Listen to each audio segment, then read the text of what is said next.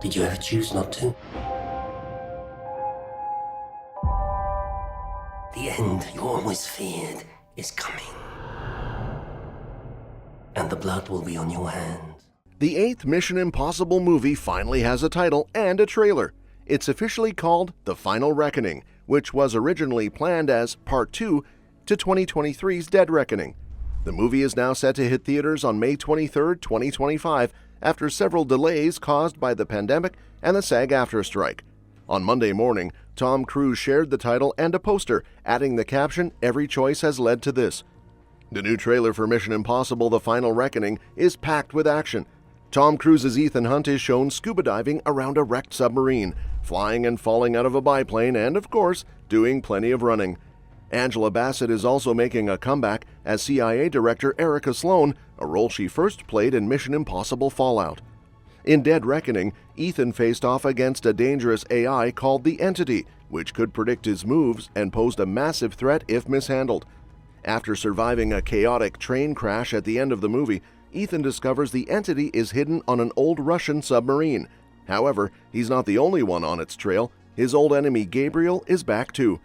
The upcoming movie brings back Morales along with familiar faces like Simon Pegg, Ving Rhames, Haley Atwell, Vanessa Kirby, Palm Clementieff, Shea Whigham, Henry Cerny, Greg Tarzan Davis, Mariela Garriga, and Indira Varma. New additions to the cast include Hannah Waddingham, Janet McTeer, Holt McCallany, Katie O'Brien, Nick Offerman, and Tremel Tillman. Christopher McQuarrie is back to direct and co-write Mission Impossible The Final Reckoning, after previously helming Rogue Nation, Fallout, and Dead Reckoning. He's also worked with Tom Cruise on the Jack Reacher films and Top Gun Maverick. The script comes from McQuarrie, Bruce Geller, and Eric Jendresen, with Cruise and McQuarrie producing. Chris Brock, David Ellison, Dana Goldberg, Tommy Gormley, Don Granger, and Susan Novick are executive producers, while Gina Hallis joins as co-producer. Recently, behind-the-scenes footage and images have given fans a sneak peek at one of Cruise's thrilling underwater stunts for the movie. Shared by the official Mission Impossible account on X, the clip shows Cruise donning a scuba suit, staying intensely focused as his face mask is secured. He fist bumps the crew, gives a thumbs up, and dives into the water, with the video emphasizing just how risky this stunt is going to be. Tom Cruise has shared his own sneak peek of an underwater stunt from The Final Reckoning. In a behind-the-scenes image posted on X, Cruise is shown taking a breath from a safety diver's oxygen tank while submerged underwater. The photo captures the intense atmosphere, with a bright light illuminating the scene in the background.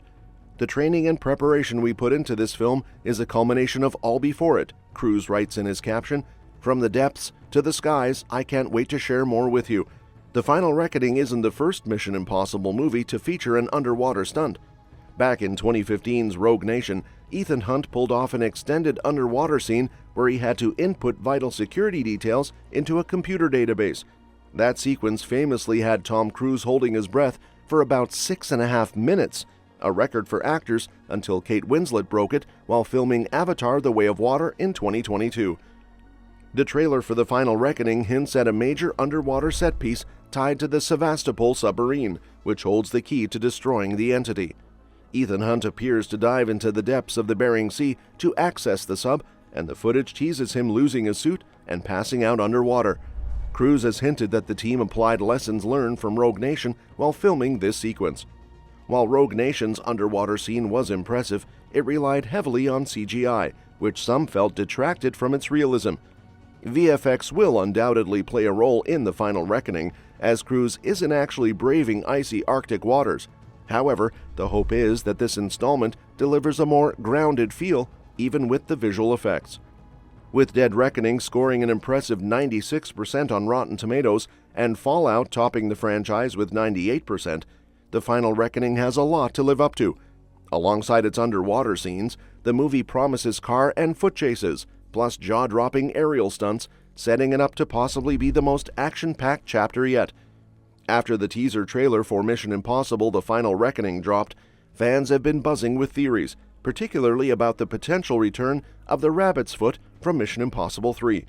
This mysterious item, introduced in the third film, was sold to terrorists and deemed incredibly dangerous, but its exact nature was never explained, true to J.J. Abrams' style of leaving things ambiguous. In the trailer, there's a quick shot of Ethan Hunt holding what appears to be the rabbit's foot vial, reigniting speculation. Since its original recovery wasn't shown on screen, it's clear this scene is new and tied directly to the 2025 movie. Many believe it will play a significant role in the story, with Ethan and the IMF needing to recover it again. But what exactly is the rabbit's foot? While Mission Impossible 3 didn't confirm its nature, fans have long theorized it's a bioweapon, given its containment in a vial. However, that theory doesn't entirely align with the Final Reckoning's focus on the entity, the rogue AI introduced in Dead Reckoning Part 1. Why would Ethan need a bioweapon to fight an AI? One intriguing theory suggests the rabbit's foot is the entity. Perhaps the vial holds the physical computer or core mechanism that houses the AI. If true, this could mean Ethan needs to control or contain the entity using the rabbit's foot. While it may seem like a stretch, this explanation ties the item's return directly to the new movie's plot and makes sense of its reappearance in such a pivotal way. Fans will have to wait to see how it all unfolds. Moving one big theory floating around is that Erica Sloane is now the president in Mission Impossible: The Final Reckoning. Fans have been wondering why she was missing in Dead Reckoning Part 1 after getting promoted to Secretary of the IMF at the end of Fallout. Well, it looks like Sloane has been busy with a major career move, becoming the President of the United States. In the teaser, we see her stepping off Air Force One to a big welcome, which clearly isn't what you'd expect from someone running a secretive agency like the IMF. So the theory is she was campaigning during the last movie, and now she's in the Oval Office. Next up, there's a theory that Kittredge will betray the IMF and team up with Gabriel, turning into a major antagonist. Kittredge, who returned in Dead Reckoning Part 1, was already a bit of a thorn in Ethan's side, even though he was against the entity. But in the teaser for The Final Reckoning, we see him standing alongside Gabriel, which suggests he might have switched sides. Since Gabriel is the main human antagonist, it would be pretty strange for Kittredge to be on his side unless they were working together. Plus, with the entity being an all-knowing AI, it wouldn't be hard for it to manipulate Kittredge into becoming a dangerous ally against Ethan. Another big theory is that Luther might not make it out of The Final Reckoning alive. After surviving every other film, it looks like he could be one of the characters on the chopping block this time. In the teaser, we see Luther in a hospital gown, implying something has gone terribly wrong. He also provides a lot of the teaser's narration, and much of the focus is on Ethan having to make tough choices between his friends and his mission. This definitely sets up the possibility that Luther might be one of the sacrifices in this movie. Lastly, the big theory is that Ethan Hunt might die, wrapping up Tom Cruise's journey in the Mission Impossible series.